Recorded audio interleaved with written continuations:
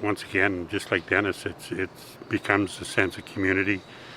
You feel guilty if you don't show up Mondays, Wednesdays, and Fridays. You're thinking, how am I going to explain this? I better have a broken leg or something. So. Hello, I'm Eric Anderson. The voice you just heard belongs to Al Sather. Al is a member of the Coronary Artery Rehabilitation Group, and it is featured in Season 4, Episode 6 of YXC Underground.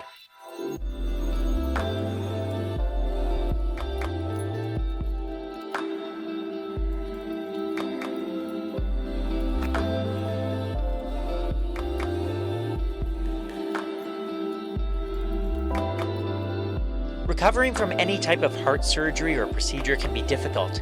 There's not only the physical work a person has to do in their recovery, but there's also the mental side of things, regaining the confidence in your body and knowing you can live a full life after heart surgery. The work being done by the Coronary Artery Rehabilitation Group, or CARG, is helping people of all ages in Saskatoon during their recovery from heart procedures. We'll learn how in this episode of YXC Underground.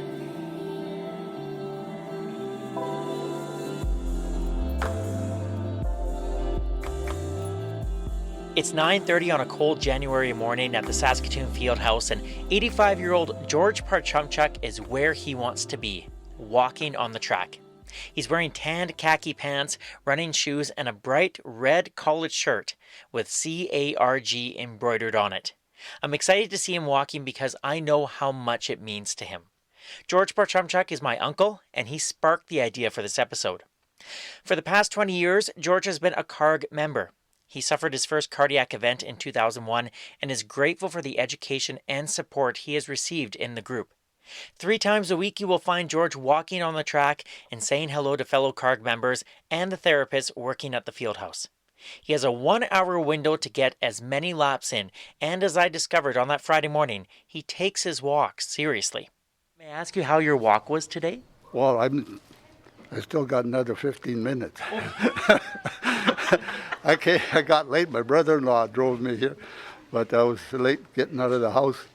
But I usually walk, it'll be about 2 to 2.5 miles now, because they only allot us an hour on the track. Before you could go about for an hour and a half. And so it's good. When I saw my Uncle George over the holidays, he told me about the positive impact CARG had had on his life since his heart issues and how going to the field house to walk gave him a sense of purpose. I wanted to know more about CARG and reached out to them last month to see if anyone would be interested in appearing on the podcast. 2 gentlemen, Dennis Johnson and Al Sather, got back to me, and it was really interesting speaking with them both. Dennis Johnson, who was a well-known professor at the University of Saskatchewan, became a CARG member in 2005. Al Sather worked with the Saskatoon Police Service and became a member in 2016. I am grateful they shared their personal stories and the impact of CARG on their lives here on the podcast. The Coronary Artery Rehabilitation Group is a non-profit peer support group for people who have experienced a cardiac event. It offers supervised exercise and educational programs to its members and does an excellent job of creating community. CARG has positively impacted the lives of many people here in Saskatoon, and you are about to discover how, thanks to Dennis Johnson and Al Sather. We spoke in the weight room area that overlooks the track at the field house, and I started by asking Dennis how he became a CARG member. In 2004, I was not feeling well. I went to the hospital, and the nurse said to me, "Are you not feeling well?" And I said, "No." She said, "You got atrial fibrillation." My heart was beating irregularly, and shortly after that, they took me into the hospital, and there was some chest pain, and I had stents put in, and that was in the fall of 2004. I had a heart attack in 2005, and I had open heart surgery, and I had bypasses where they grafted vessels from my leg around where the clots were, or the blockages were. So just immediately after that, in 2005, I joined CARG. Can't remember much about that, but I wasn't doing very well, and I walked and exercised, and I walked, and was in and out of the hospital, and for the last 5 years, I felt better and better and better. Exercise has to contribute a lot to that. And I think probably I've grown new vessels, blood vessels in my heart. That's a good story. Dennis, that must have been such a scary time for you. Would it be safe to say that? Well, I suppose in some respects it's scary, but I sort of take life as it comes. I wasn't afraid to go into surgery because if I didn't have surgery, I wasn't going to survive very long. And then I realized that my lifestyle had to be improved, and the CARG program provided an excellent place to improve my health. Do you remember what your first few times were like when you came here to the field house for CARG? What those first few, I guess, days were like? Yeah, I don't think I could make 2 rounds around the track, and I was very weak, of course. And but you keep at it, and with the help of therapists and the peer support group, as it turns out, and Al's the same way. You know many people. 3 of the people I went to the university with walk with me on the CARG after cardiac events. So talked to other people who had been walking for a long while, and it's a good lifestyle. The peer support group helps, the therapists help, and so on. Yeah. I want to ask more questions about that sense of community, because I can really pick up on that right away. But Al, how did you get involved in CARG? Well, I had my open heart surgery in 2016, and while I was in the hospital, I had been visited by someone from CARG, which I don't have a lot of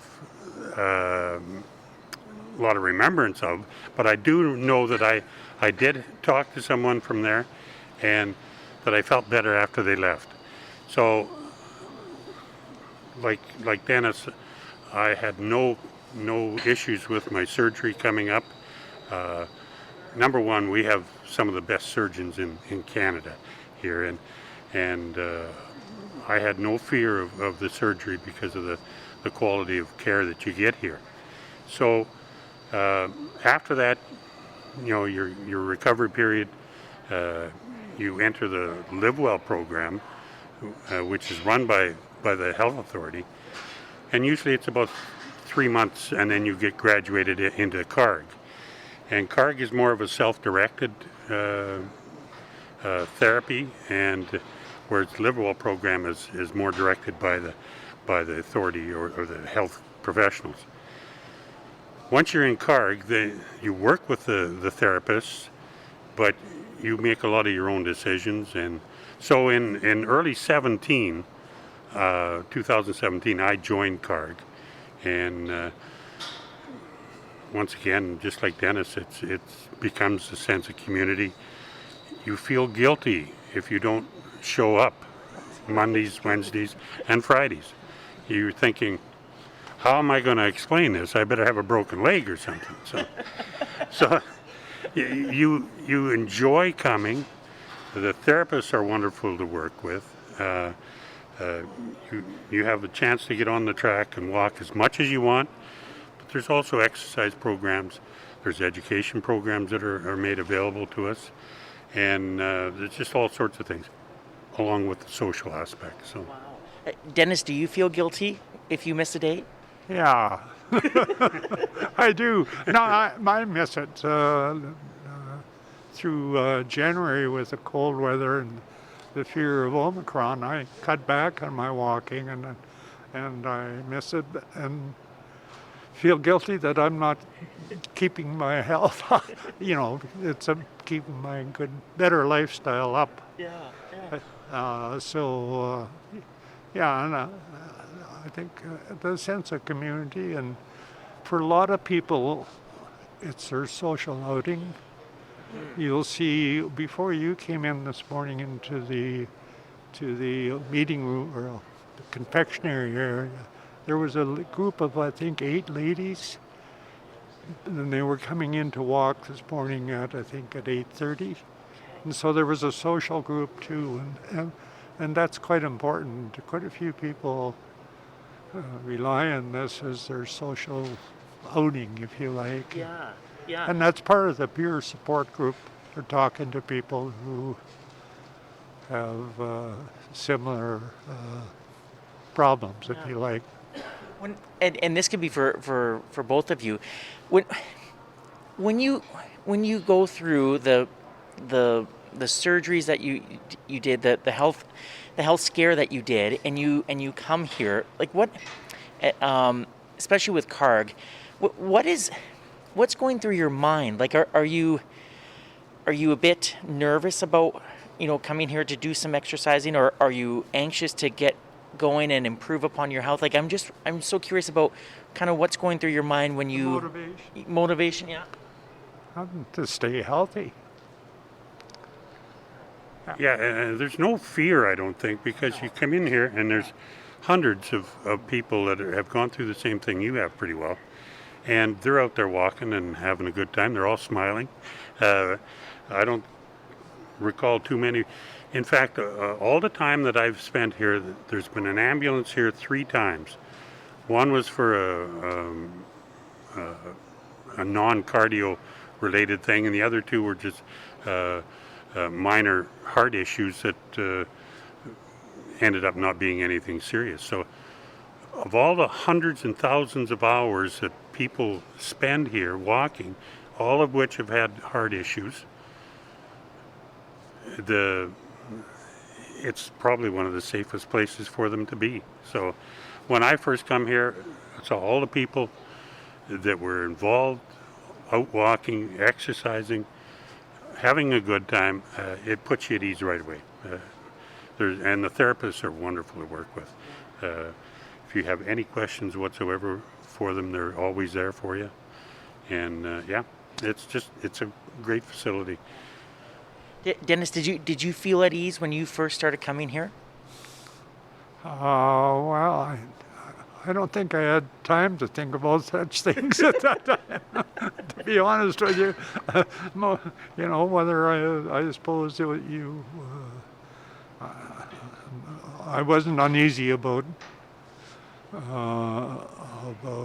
coming here. It was unease about am I going to get better, but pushing you to get better is what motivates you to come and walk and exercise. And in addition, I should point out, Eric, but maybe you'll hear from the therapists, that in normal times, that is before the pandemic, there is not only walking, but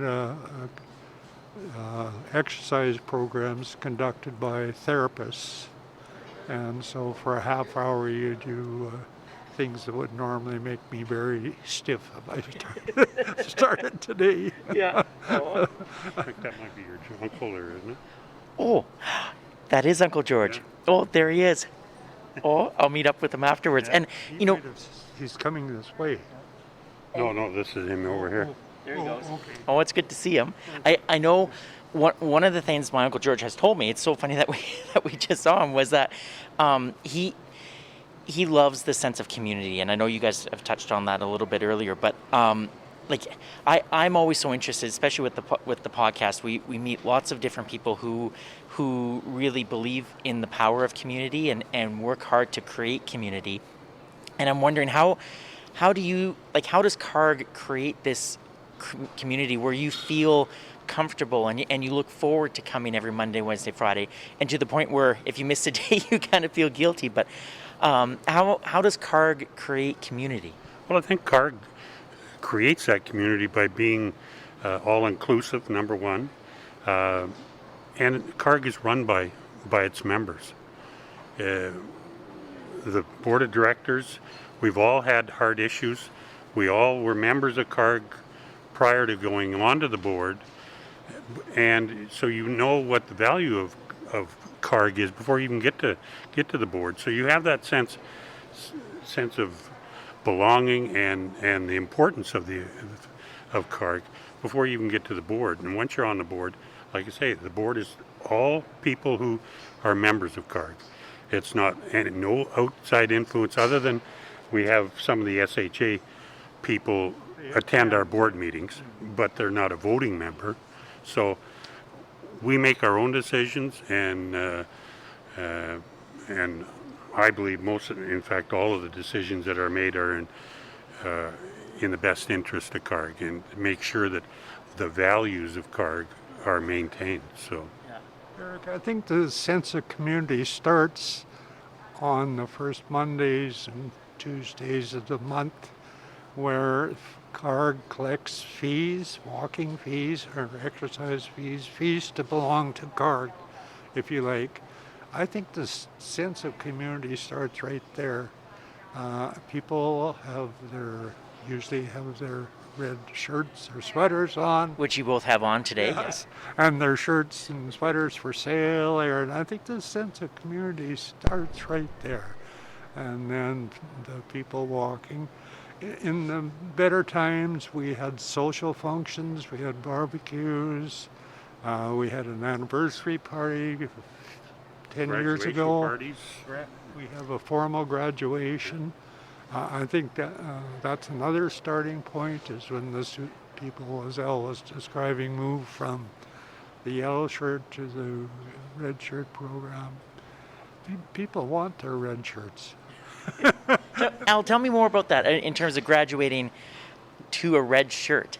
Well, the Live Well program is a program run by the Health Authority. And when you first come out of hospital, in my case, you're working with the nurses and the therapists here. And then they feel that you're doing well enough that you can progress to the red shirt program. When you're in the Live Well program, you've got a yellow shirt to denote that you're a newbie. So once you go to the red shirt program, that transition is usually held towards the end of a month, normally, I guess. And it's a formal, basic, sort of semi-formal transition from the yellow to the red shirt, where we as CARG members welcome the new members in, and they're given a red shirt, and they're part of the program then. So, and it's a little bit of a social function as well. So, yeah, it's unfortunately during the pandemic, we haven't had the ability to do that. In fact, I'm in charge of the graduation ceremonies and haven't had one yet. So, but I was lucky enough to be involved in one because I went from the yellow shirt to the red shirt program. Yeah. But it's a big stepping stone for people. It's, they put that red shirt on and they're pretty proud of it, and they want to be here. So. And I'm wondering, in your case, Al, how did it make you feel to get that different colored shirt? And I'm just wondering if it, in my mind, I'm thinking, did it give you confidence, or did it sort of empower you in a way? Well, there's all sorts of different emotions that you go through. It means that you're getting well, that they think you're doing well enough that they don't have to get involved or stay involved in your care anymore, to the extent that they were. And it's a progressive step, and you're now a big time walker instead of the yellow shirt walker. You get that sense of belonging, and it's an empowerment because now you're in charge of your care and your own health. You have more say in what's going to go on than they do, so to speak. So, and just the fact that you're going to involve yourself in here means that you're taking that big step forward in your own care. So, yeah. This might seem like a bit of a silly question, but were either of you avid walkers before starting this program? No, my mistake. Unless I was chasing a little white ball, I never walked a heck of a lot. So mostly I was walking in the bush and he was chasing. So when you start then with CARG and you start walking around the track, what was it like just walking 3 times a week for the sake of, like, that's your role here, is to walk? Yeah. First of all, I came every day before the pandemic. Every day? Yeah. Wow. So what was it like? I mean, it's, when you can't walk very well, that's when you realize how good it was to walk. My legs are starting to go, and it's difficult for me now to walk. So I remember the good times. Yeah. For me, not being a walker, it wasn't a big transition, but one of my problems is that as you, as you get a little older, things start to break down, and like I was saying before, I'm on the list for a new knee now, so and high ankle sprains and bad hips and bad knees don't make for good walking, but and I haven't, since the pandemic, I haven't been walking here. It's just, that's a choice. Since they opened it up to members, I've just made the choice not to come here to walk during the pandemic yet. So I try and walk at home, but when it's 35 below out, it's a little more difficult. And I get, during the summer, I'm able to still golf and things like that. So I do get a little bit of walking, but I do miss the routine of coming here and walking. So, because you may walk by yourself, or you may walk with somebody else and visit while you're doing it. And so it's something that you get used to and look forward to. I know for some people, when they go walking, it's a chance to sort of be alone with their thoughts, or sort of like, contemplate things, or just have some time on their own. And I'm wondering if there's anything you guys have learned about yourselves through all this walking. And Dennis, I didn't realize that you were doing it 5 days a week, but was there anything that you learned about yourself by doing all this walking? Oh, I learned I could get up early. Oh, early were you getting up? It's winter time, and so my golf hours, I just reverted them to the winter. So I'd walk at 7 o'clock or 8 o'clock, varied from year to year. Yeah. Al, did you learn anything about yourself with all this walking? I live on my own. I'm a widower, and I live on my own, so I'm amongst my own thoughts a lot of times. So this is nothing new. So, but when you're walking, I don't know, you get things happening in your body. You get a little extra energy, I guess. So, and your brain is a little more active too, I think. So, yeah, you do get a little introspective at times. But I was usually more focused on the pain in my knee or my hips. But no, there was nothing special about walking as far as my thoughts go, other than the fact that like I said before, I felt guilty if I wasn't out there doing it. So. And like you said, the camaraderie too of meeting people and talking with them on the track. Do you remember like some conversations? Like, do you sort of talk about how you got to this point, or what are those conversations like? Well, those conversations take place fairly early in your relationship with people, and once that you get past that, then it's quite normal, unless they've got a heart issue coming up, or having to go in and see the doctor about this and about that. Stuff like that comes up once in a while, but it's usually regular stuff. People talking about going to see their grandkids and things like that. So it's after the initial meetings, then it kind of falls into a regular friendship relationship type of thing. So. That's nice. Dennis, I'm wondering how you've seen the positive impact of CARG on other people, and you've been doing this for a while now, and obviously coming five days a week before the pandemic. Like, how have you seen it positively impact people? Well, I might sound narcissistic or vain, but some of my friends or people I knew came here after their cardiac event, and maybe because I was already here, maybe they came and continue to come. I don't know about how true that is, but but they're here. So beyond that, all I can say is we try to encourage people to come. There was a time, Al, before your time on the board, that we even, when people stop coming, which some people do, too many people do, after they'll come for a while and they'll walk and exercise and then they'll stop. And at one time we had a group of people phoning those people that drop out and try to get them to come back. And maybe we should do that again when the pandemic ebbs a bit to get. I don't know if that answers your question or even near. But I think it's proof that that you really believe in this a lot, don't you? Oh yes, very much. Yeah. Yeah. No, I love that. Yeah. Al, have you seen the positive impact? Like, I guess, how have you seen it in other members? I see the positive impact when I do my hospital visitations, among other times. But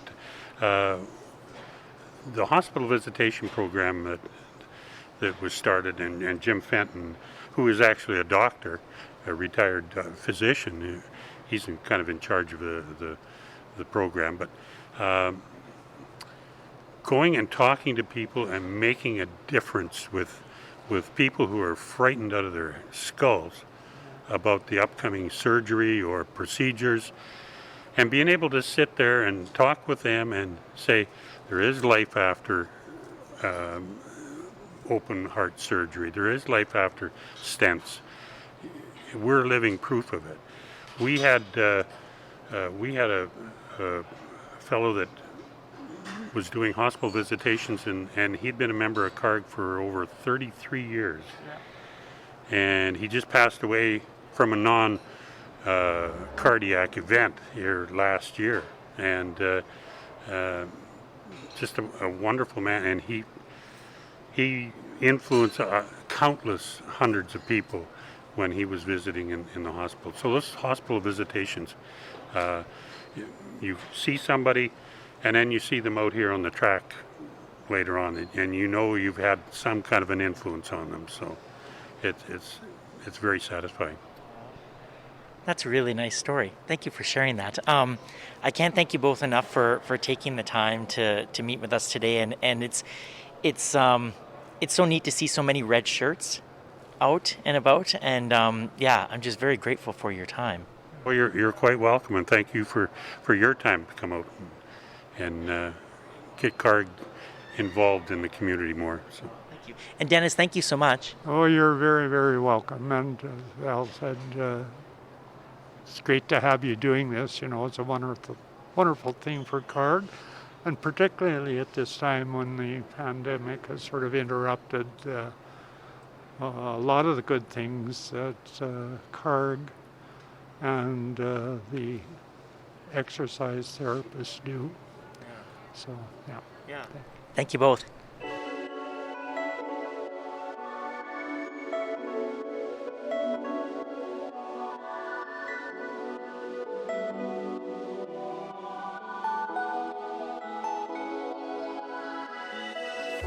You have been listening to episode 6, season 4 of YXE Underground. My name is Eric Anderson. I host, produce, and edit this local independent podcast.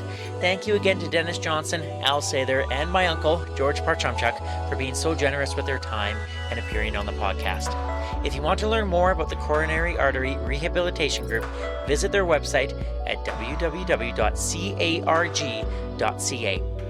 You can follow and listen to YXC Underground on Apple Podcasts, Spotify, yxcunderground.com, or wherever you find your podcasts. You can also follow YXC Underground on Facebook, Instagram, and Twitter, where you will see some wonderful photos of Dennis, Al, and Uncle George, taken by my friend and Saskatoon photographer, Rana Andres. Don't forget to leave a 5-star review if you like what you hear. I want to thank the team at Danger Dynamite for maintaining the website. I also want to thank my cousin, Andrew Dixon, for creating the original theme music. And before I go, I would like to acknowledge that these interviews were recorded on Treaty 6 territory and the traditional homeland of the Métis. YXC Underground is a production of the Salthammer Production Company. My name is Eric Anderson. Thank you again for listening, and we'll talk to you soon, Saskatoon.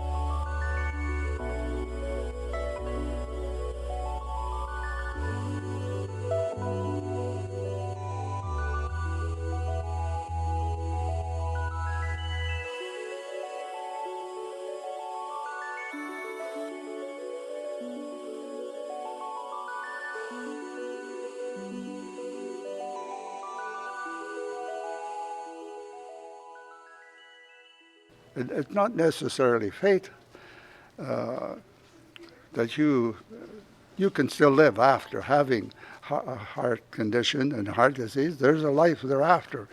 If you do the things that they ask you to do and are able to do, go and do it and enjoy life still, because life is, at my age, is getting shorter.